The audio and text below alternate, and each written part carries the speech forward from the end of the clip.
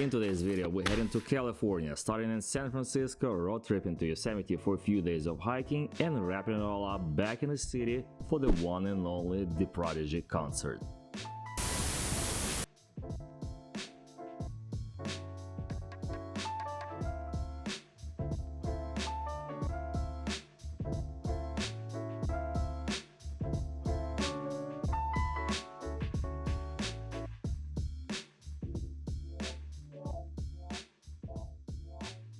As we flew into San Francisco, first thing that we did was pick up our rental. The Cybertruck was not my idea, I was simply outvoted, but I have to admit, once we hit the road, it was actually a pretty cool experience.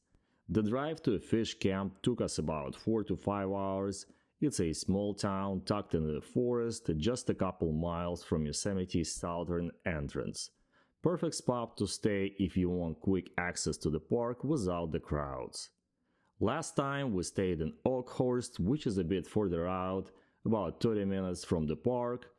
It's got more restaurants and shops, but this time we wanted to be closer to the nature and the park entrance, and the fish camp was perfect spot for that.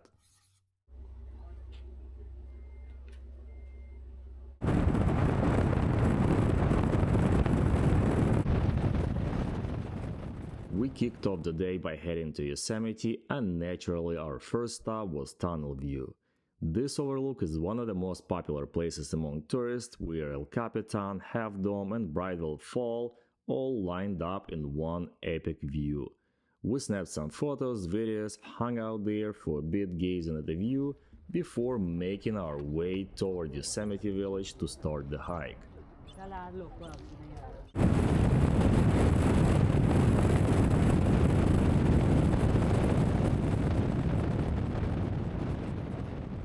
Trail that we're taking is Vernal and Nevada Falls via Mist Trail.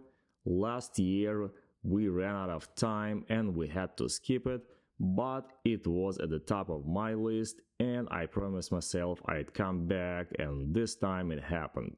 The Mist Trail is a loop hike about 7 miles, round trip with over 2,000 feet elevation gain. It's steep, wet and absolutely stunning. The trail climbs alongside the Merced River. First part of the climb takes you up to Vernal Fall, a steep stretch with granite steps and switchbacks. It's known for the heavy mist that gives the trail its name, but since we visited in late September, the flow was lighter and there wasn't much of the spray. Still, the views were incredible.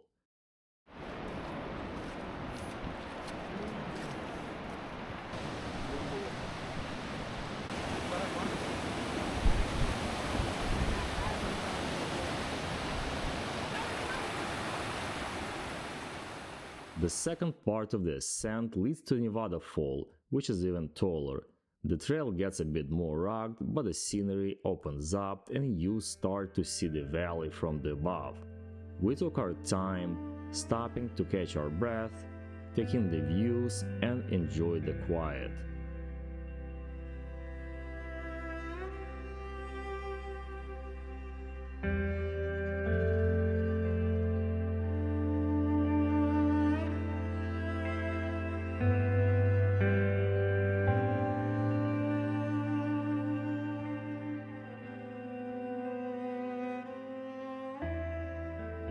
Once we reached to the top of Nevada Fall, we took a long break, just chilling, looking out over the edge and enjoying the view.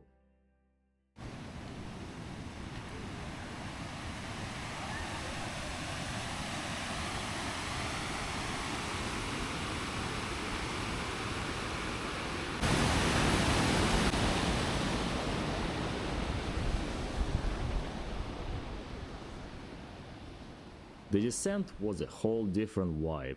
After the steep climb to Nevada Fall, the second half of the loop is coming down via John Muir Trail. Was way more relaxed. It's a gradual path with wide switchbacks and scenic views, which honestly felt like a reward after all that uphill. After finishing the trail, we were completely spent. It was around 4 by the time we got back down. And with our rental at the fish camp still an hour to hour and a half away, we decided to call it a day.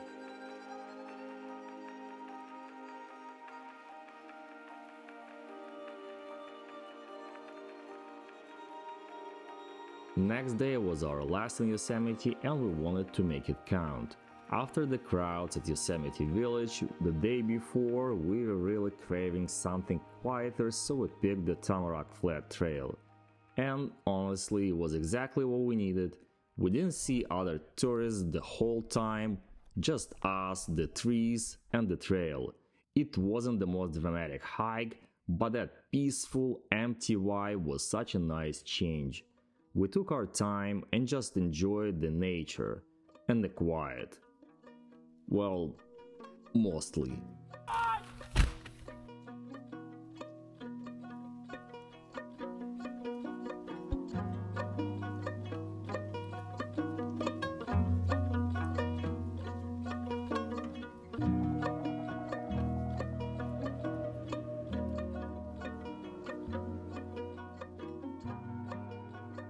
After that, we decided to finish the day, and the whole Yosemite trip was one last stop, Sentinel Dome, which was a part of Sentinel Dome and the Taft Point Loop. It's a short hike, but the views from the top are unreal. You get this full panoramic view of Yosemite Valley, Half Dome, El Capitan, basically everything we've seen over the past couple days, all in one shot. It felt like the perfect way to wrap up the things, quiet, scenic, and just one last moment to take it all in before heading out.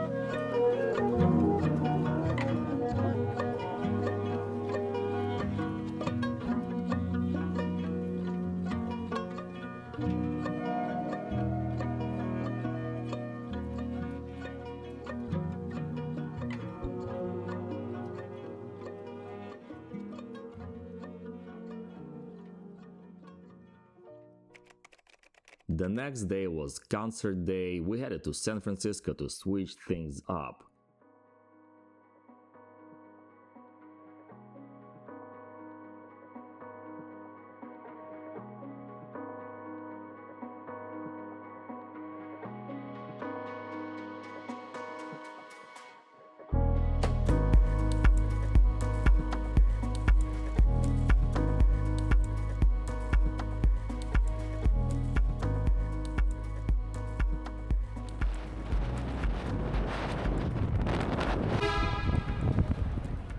The place that we stayed is a Hotel Kabuki right in Japantown, which was such a cool area, lots of great food, cozy streets, and totally different vibe from Yosemite.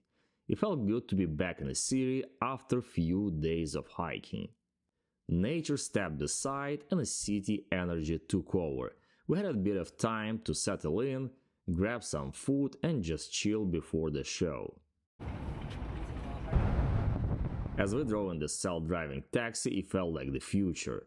But at the same time, outside the window, we saw tents, people sleeping on sidewalks, and entire blocks lined with homelessness.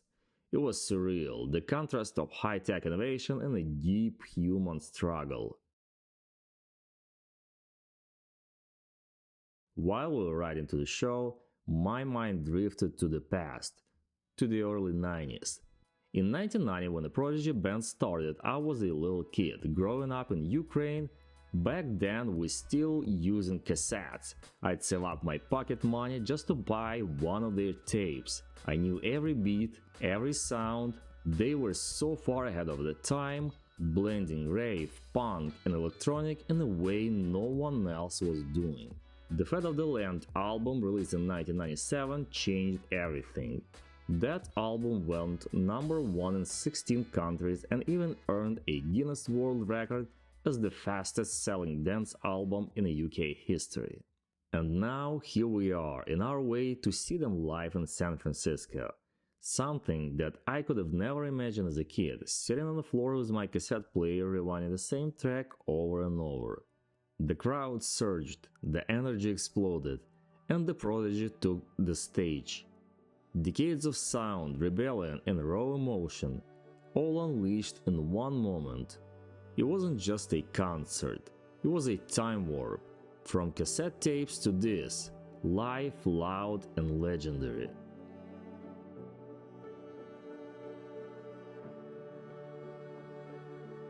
It is the end of the trip. 4 days, few hundred miles, and 1,000 little moments that we'll probably talk about for years. We came for the adventure, for the trails, the music, the change of pace. But what we really found was the time to slow down, to reconnect, to just be. And that's what makes it unforgettable.